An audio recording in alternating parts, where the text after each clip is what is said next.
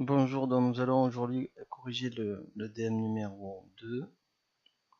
Alors on va un petit peu modifier l'énoncé, parce que le corriger je vais vous le donner avant que vous rendiez le DM. Donc c'est surtout pour que vous puissiez vérifier si ce que vous avez fait est correct. Alors ce que je vous propose de faire, c'est de commencer par l'exercice 101. Dans l'exercice 101, donc vous aviez le choix soit le parcours 1, soit le parcours 2. Donc vous avez peut-être un petit peu l'habitude maintenant, mais en général parcours 1 et parcours 2, globalement il s'agit de, l'objectif est toujours le même. Dans l'occurrence ici, il s'agit de déterminer le minimum d'une fonction sur un certain intervalle. Hein, vous voyez qu'ici c'est la seule question qui est posée, alors que dans le parcours 2, la question est posée à la fin, c'est-à-dire toute la démarche est donnée. Donc, dans notre cas, on va faire un exercice de ce type-là pour vous entraîner, pour que vous voyez les différentes étapes de la démarche. Par contre, il se peut que le jour d'un DS, l'énoncé soit plutôt formulé comme ça, c'est-à-dire vous aurez simplement la consigne générale, dont en l'occurrence c'est déterminer le minimum, et ça sera à vous à savoir que pour faire cela, il y a 3 étapes. D'abord, il faut déterminer la dérivée de la fonction, étudier son signe, en déduire les variations de la fonction, et ensuite conclure à l'aide de ce tableau de variation. Donc ici on va garder le même énoncé, on va donc faire uniquement le parcours 2, si ce n'est qu'on va un petit peu modifier l'énoncé. Alors qu'est-ce qu'on va changer? On va pas faire des grosses modifications, hein. On va simplement transformer le 9 en 4 et le 4 en 9, d'accord? Voilà, pour garder les avantages de ces deux nombres-là. Donc c'est la seule modification qu'on va faire, et donc on va attaquer le petit a. Donc petit a, alors ici on observe que G est sous la forme d'une somme, hein. Donc on peut le dire, hein, G est de la forme, donc alors 9x, donc c'est une constante, a fois x plus b sur x, hein. Donc ça c'est g de x en fait, hein, qui est de cette forme là. Donc c'est la dérivée d'une somme. Pour calculer la dérivée d'une somme, on fait la somme des dérivées. Donc g' de x est de la forme, n'oubliez pas le donc là pour dire que vous articulez, hein. C'est une conséquence dont la dérivée de ax, c'est que c'est a, et la dérivée de bx, c'est la dérivée de b fois la dérivée de 1 sur x, et on sait que la dérivée de 1 sur x c'est moins 1 sur x au carré. Donc ça fait soit ici a plus b fois dans la dérivée de 1 sur x moins 1 sur x au carré, d'où finalement g' de x, donc ça sera donc a moins b sur x au carré. D'accord? Avec a et b, alors a ici dans notre cas, a donc c'est le coefficient qui est devant x, donc maintenant c'est 4, hein, donc 1 égale 4, et b ici qui maintenant vaut 9. Donc finalement la dérivée de g, et donc g', ça sera donc a, donc a4 moins b, donc 9 sur x au carré. Alors on a vu précédemment, puisqu'on a déjà fait un exercice de ce type là, que l'étude du signe de g' ne pourra pas se faire avec cette forme là, parce que c'est une forme qui n'est pas simple, hein. C'est une somme, étudier le signe d'une somme c'est pas simple. Donc dans le petit b, pas dans le petit b tout de suite, puisqu'on est encore dans le petit a, pour étudier son signe, on va être obligé de factoriser, enfin, en l'occurrence ici de réduire un dénominateur commun qui sera ici, donc x au carré, hein, x au carré, ça va être le dénominateur commun, donc on va tout mettre sur x au carré. Alors on va continuer ici, donc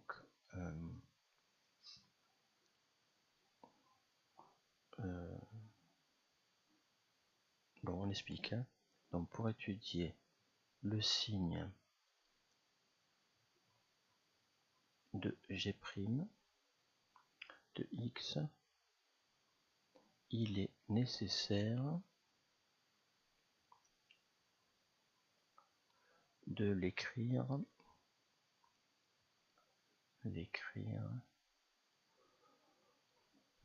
sous la forme d'un quotient, de l'écrire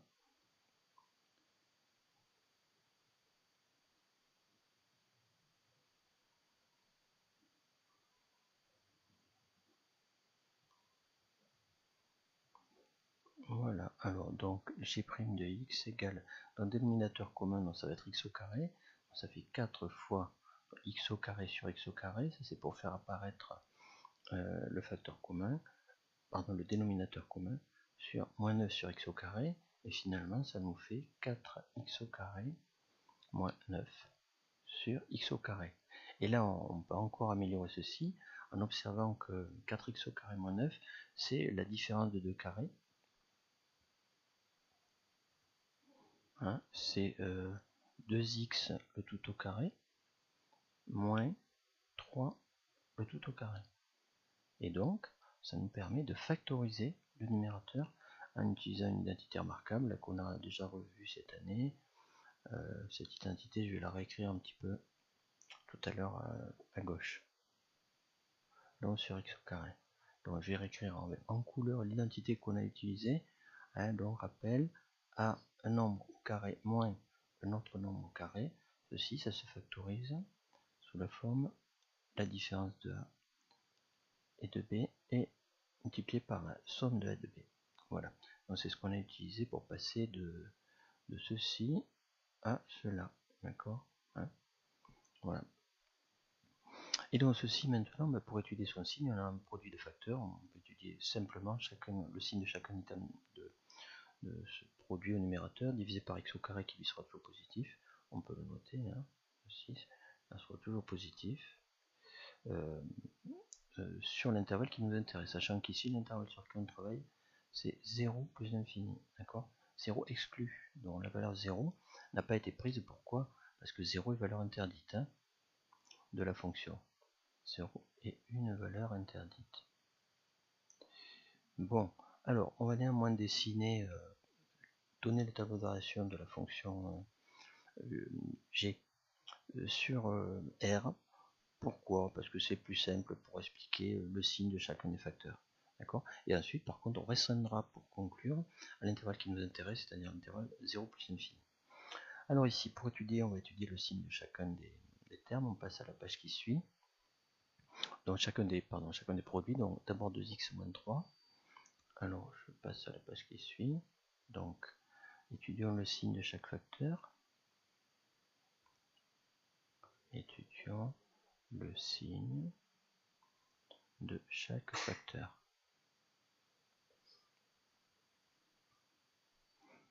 Alors le premier facteur c'est donc 2x moins 3. Alors on va étudier quand est-ce que 2x moins 3 est supérieur ou égal à 0. Donc ceci ça équivaut à dire que 2x est supérieur à 3. On a ajouté ceci on a obtenu en ajoutant 3 aux deux membres de l'équation. Et donc ce qui équivaut à dire que x est supérieur à 3 demi. D'accord, en divisant les deux membres par 2. Bon, le second facteur c'est 2x plus 3. Alors 2x plus 3 lui sera positif ou nul lorsque 2x sera supérieur ou égal à moins 3, c'est-à-dire lorsque x sera supérieur ou égal à moins 3 demi. Bon, ensuite on remarque que ce qu'on a dit tout à l'heure oralement, quel que soit x appartenant à 0 plus l'infini, x au carré est strictement positif. Donc on en déduit le tableau, le signe de g'. Alors comme je vous l'ai dit, on va d'abord considérer qu'on est sur l'intervalle, enfin grand R tout entier, donc, et ensuite on restreindra la zone qui nous intéresse. Alors quels sont les différents éléments? Il y a x, bien sûr, ensuite le signe de 2x moins 3, donc on vient de dire que 2x moins 3 est positif, hein, positif, donc ici ça veut dire positif, hein, donc 2x moins 3 est positif quand x est plus grand que 3,5. Ça veut dire qu'il va falloir qu'on place sur l'axe des x, ici il va falloir placer quelque part 3,5. Ensuite, pour 2x plus 3, il va falloir qu'on place la valeur de x pour laquelle le signe de 2x plus 3 va changer, c'est-à-dire moins 3,5. Donc moins 3,5, bien sûr, il sera placé avant, hein. Et ensuite, ne pas oublier la valeur qui est la borne de l'intervalle qui nous intéresse, c'est-à-dire la valeur 0. Il faudra aussi placer 0. Alors 0, il y a entre les deux ici. Hein. D'accord? Alors on place ces trois valeurs, maintenant qu'on les a repérées. Donc ici, il y aura moins 3 demi. Ensuite, il y aura 0. Et ensuite, il y aura 3 demi. Essayez de les répartir proprement. Ensuite, ici, de moins l'infini à plus l'infini. Et ensuite, il est bien entendu que l'intervalle qui nous intéresse nous, ça sera globalement celui-là, hein, à la fin. Puisqu'on l'essentiel est sur 0 plus l'infini. Néanmoins, on commence par travailler sur l'intervalle grand R tout entier. Alors, on récapitule. On vient de dire que 2x moins 3 est positif. 2x moins 3 est positif. Je vais y arriver. 2x moins 3 est positif. Hein, positif quand x est plus grand que 3,5. Donc, après 3,5, positif. Donc, ici, ça m'indique qu'il y a un signe plus. Et mon signe plus, je l'ai justifié. Hein, je l'ai justifié. Où ben, ici, hein, là, c'est là où j'expliquais pourquoi il y a un signe plus. C'est l'explication, elle est là. Et dans un 3,5, ça vaut 0. Avant, c'est dans négatif. D'accord? Bon, pour la même raison, 2x plus 3, lui, sera nul en moins 3,5 et positif au-dessus, hein, quand x est supérieur à moins 3,5. Donc supérieur, c'est après moins 3,5, j'ai des signes plus. Et avant moins 3,5, donc j'ai des signes moins. Voilà. Ensuite, il me reste à m'intéresser à x au carré. Donc qui lui, on a dit, s'annule en 0, bien sûr. Le résultat est positif, puisque c'est un carré. Et donc, lorsqu'on va faire le quotient de tout ceci, on va obtenir g', hein, qui est donc le produit de 2x moins 3 par 2x plus 3 divisé par x au carré, ben, on peut appliquer la règle des signes. Hein. Donc, alors en l'occurrence, ça va nous faire quoi?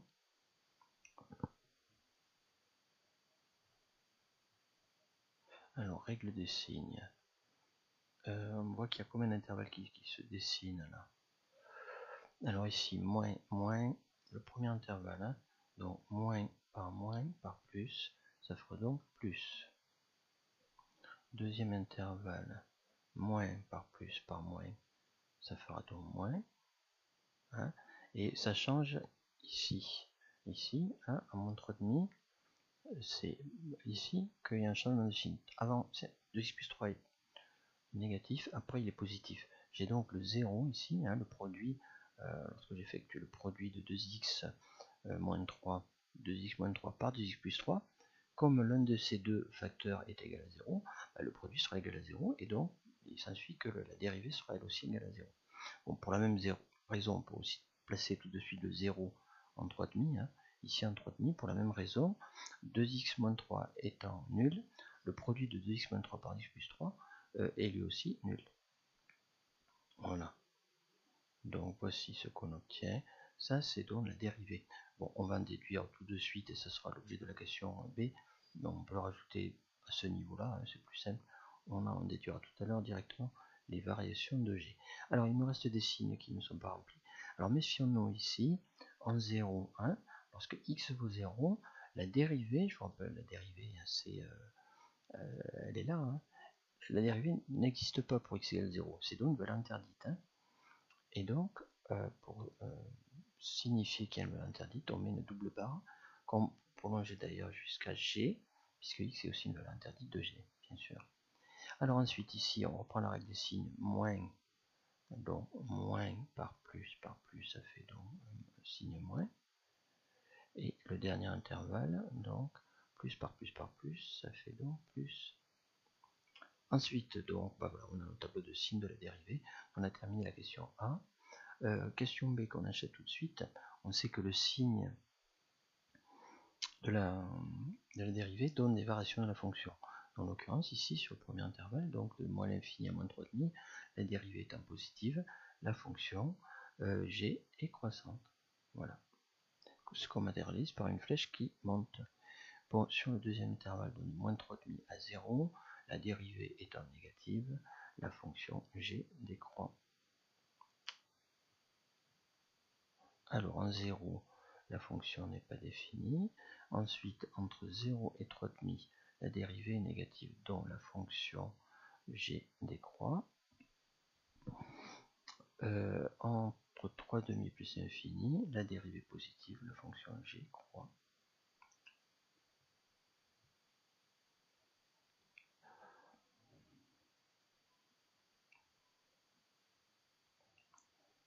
Voilà, les petites flèches. Bon, alors, à noter que nous, l'intervalle qui nous intéresse, c'est l'intervalle 0 plus l'infini. Donc, la partie vraiment qui nous intéresse, il faudrait la mettre ici. Je l'encadre, hein. C'est cette partie-là qui nous intéresse. Bon, et sur cet intervalle, la question qui nous est posée, si on revient à la question initiale, c'est de déterminer le minimum de la fonction. D'accord? Donc là, on est en train de faire le petit b et le petit c, hein, en même temps. Petit b, petit c. Donc,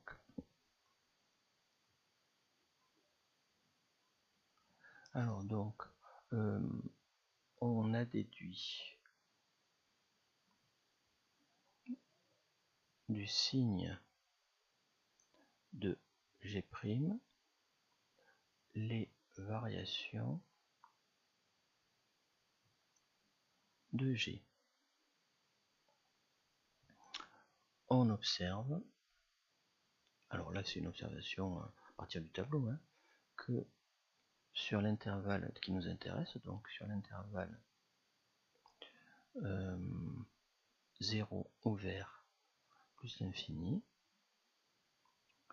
la fonction donc G admet 1, 1, 1, 1. Ben, regardez ici, c'est là, hein, en bas. La fonction elle décroît, puis tout d'un coup elle croît. Donc ça c'est typiquement, c'est caractéristique de ce qu'on appelle un minimum. Hein, ici j'ai donc, à cet endroit, j'ai donc un minimum, une valeur minimale. La fonction elle ne va pas plus bas et après elle remonte. La fonction admet un minimum lorsque, donc, il faut préciser à quel moment, c'est lorsque x, donc x vaut 3 demi. Alors il faut calculer ce minimum. Alors pour calculer le minimum, il suffit de calculer l'image donc de 3 demi par la fonction g. Ce calcul, c'est donc g de 3 demi. Bon, pour calculer g de 3 demi, il faut remplacer x par 3 demi dans la fonction. Donc la fonction, je vous rappelle que c'est donc 4x plus 9 sur x. Hein, 4x, on a changé la fonction. Hein, donc c'est 4x plus 9 sur x. 4x plus 9 sur x. Donc 4x, 4 fois x plus 9 sur x. Je remplace ici donc x par 3 demi. Donc ceci, ça fait donc 4 demi, donc ça fait 6. Enfin, 12 sur 2, ça fait 6. Et là, ça fait 9 fois 2 tiers. 9 fois 2 tiers. Donc ça fait quoi? Ça simplifie. On dirait que ça fait 12 en tout. Tiens, si je ne me trompe pas. Donc, semble-t-il, le minimum de la fonction, ce serait 12. Voilà. Et là, je place mon 12. Voilà.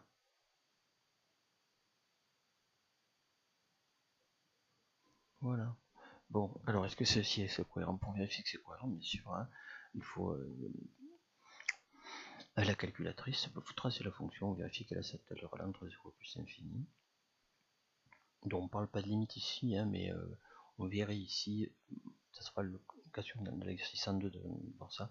Ici il y a une limite certainement en plus infini, et de l'autre côté, la limite aussi. Hein. On ne va pas le démontrer ici, c'est pas l'objet de l'exercice. Vous voyez qu'il y a une certaine cohérence. Hein. On parle plus infini, on décroît, on arrive à 12 et on croit à nouveau vers plus infini. Voilà. Bon, là, l'exercice a priori est terminé.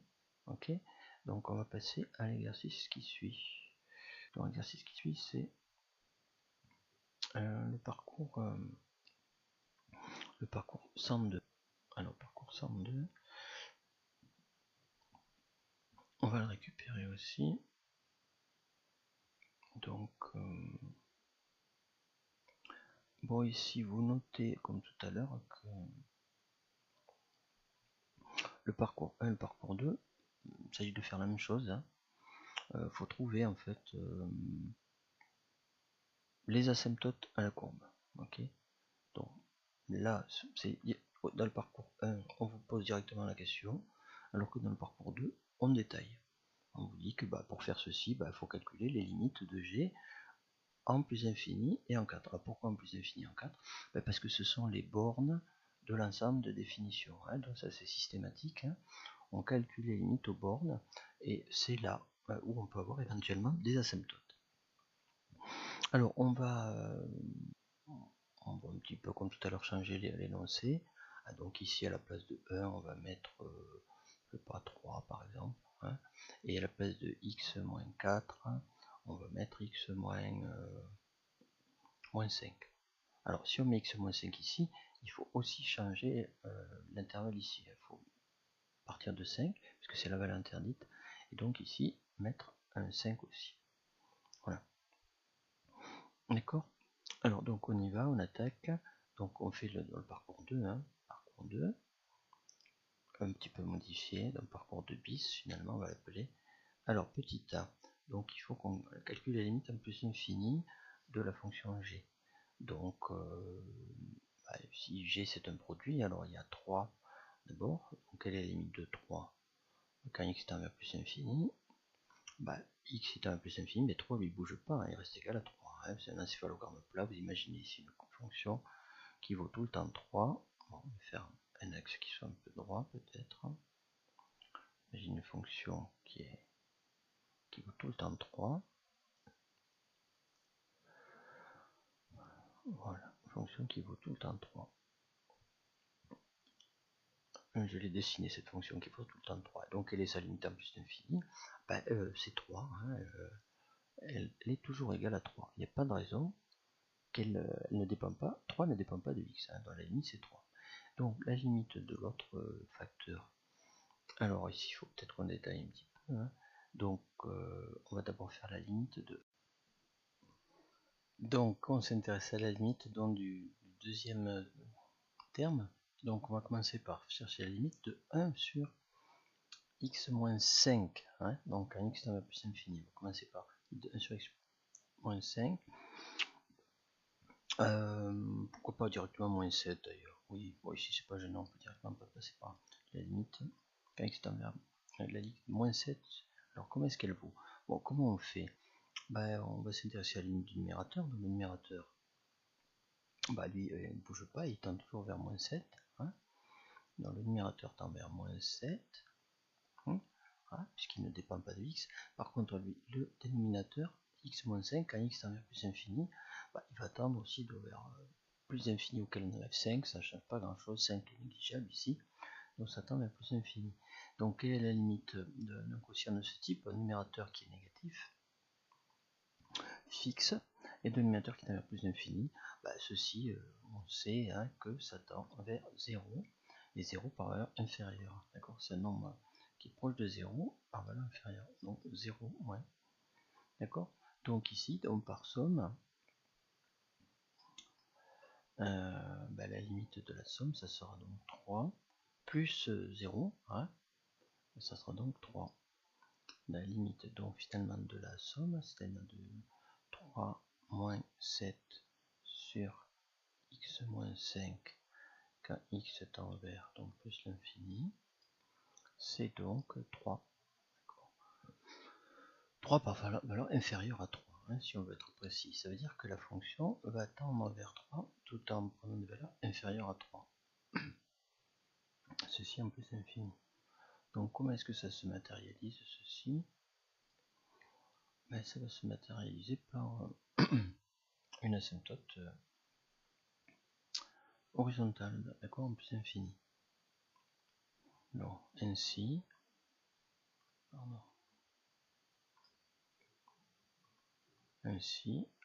la courbe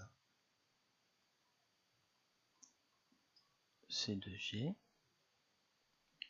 admet une asymptote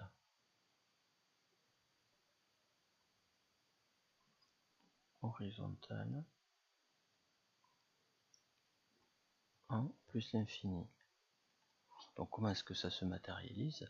Ben, si vous voulez ici, donc x tend vers plus l'infini, donc x tend vers plus l'infini, d'accord? Ça veut dire que x, bon, le dessin qui était là, c'était pour tout à l'heure en fait, hein. Ouais, x tend vers plus l'infini, ça signifie donc qu'il va partir. Vous imaginez que x part ici, devient infiniment grand. Donc qu'est-ce que fait la fonction? Ben, elle se rapproche de 3, la valeur 3, tout en étant inférieure à 3. Donc ça se matérialise par ici, ben, cette asymptote qu'on va représenter avec un tracé gros. Hein. Voilà. La fonction va tendre vers 3 par valeur inférieure, c'est-à-dire elle est censée atteindre, se rapprocher infiniment près de l'axe y égale 3, mais par valeur inférieure à 3. Ici, c'est l'axe y égale 3. Donc ici, on va terminer la phrase. Hein. Donc la phrase, c'est donc la courbe C2G admet une asymptote horizontale 1 plus infini, et on va donner son équation, donc d'équation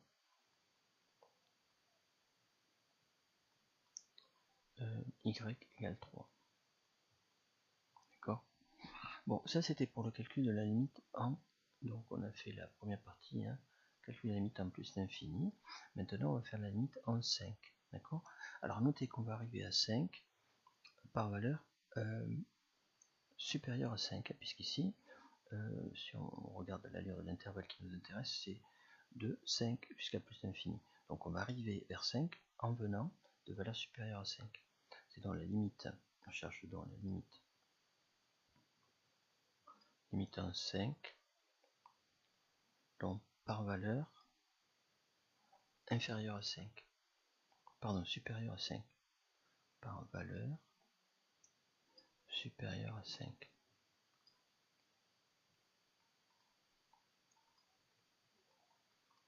Donc c'est donc la limite, quand x tend vers 5, x étant supérieur à 5, de la fonction qui nous intéresse, c'est-à-dire 3 moins 7 sur x moins 5. Voilà. Alors donc ici, qu'est-ce qui se passe? 3, lui, ne dépend pas de x, donc lui, il reste 3 est égal à 3. Ensuite, x moins 5, x moins 5, lui, a comme x tend vers 5, x moins 5 tend vers 0. Hein, et à noter ici que ceci centre, puisque x est supérieur à 5, ça veut dire que x moins 5 est supérieur toujours à 0. Donc ça veut dire que x moins 5 tend vers 0 par valeur supérieure à 0. Bon, alors ici c'est une limite connue. Hein. J'ai un numérateur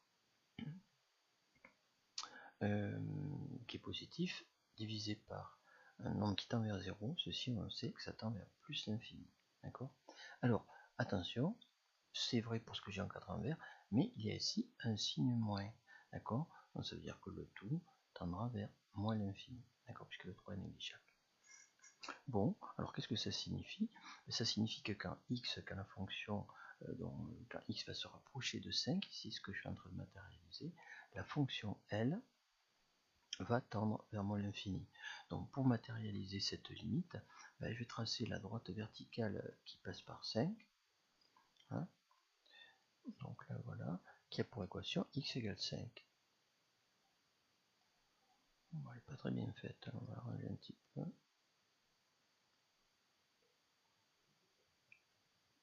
Voilà, donc cette droite, je la nomme, c'est la droite d'équation x égale 5. Et donc la courbe, qu'est-ce qu'elle va faire au voisinage de 5? Elle va tendre vers moins l'infini, c'est-à-dire les valeurs des ordonnées vont être de plus en plus petites. Voilà, d'accord? Je vous rappelle que 5 c'est une valeur interdite, donc il ne se passe rien pour la valeur 5. Voilà.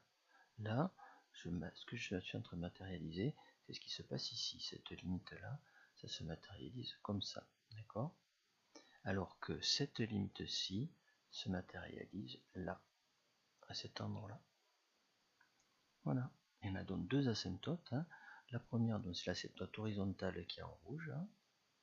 d'accord, et en bleu l'asymptote verticale. Je vais la noter tout de suite, hein, ici.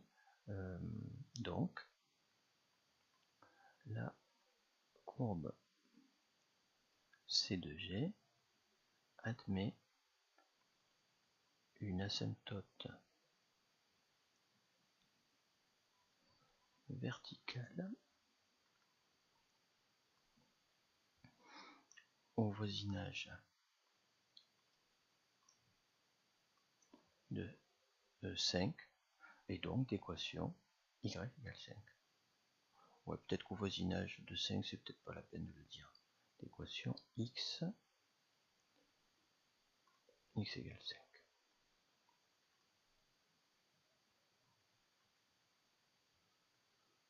Voilà. Bon, je vais mettre voisinage de 5 entre parenthèses puisque c'est un petit peu redondant. Hein. Puisqu'on dit que c'est la droite d'équation x égale 5, ça signifie bien sûr que c'est au voisinage de 5. Voilà. Bon, et là, notez qu'on a répondu à la question qui était posée. Hein. On a démontré et on a déterminé les deux asymptotes et on a bien précisé leurs équations. D'accord, ce qui était demandé ici aussi.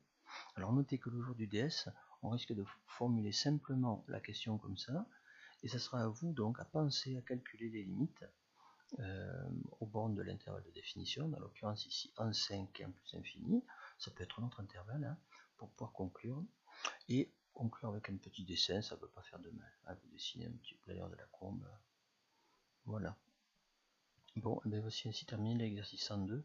Donc on ne va pas corriger l'exercice 103 puisqu'on l'a déjà fait dans la précédente vidéo. Voilà, donc voici ce qui termine de la correction du DM numéro 2.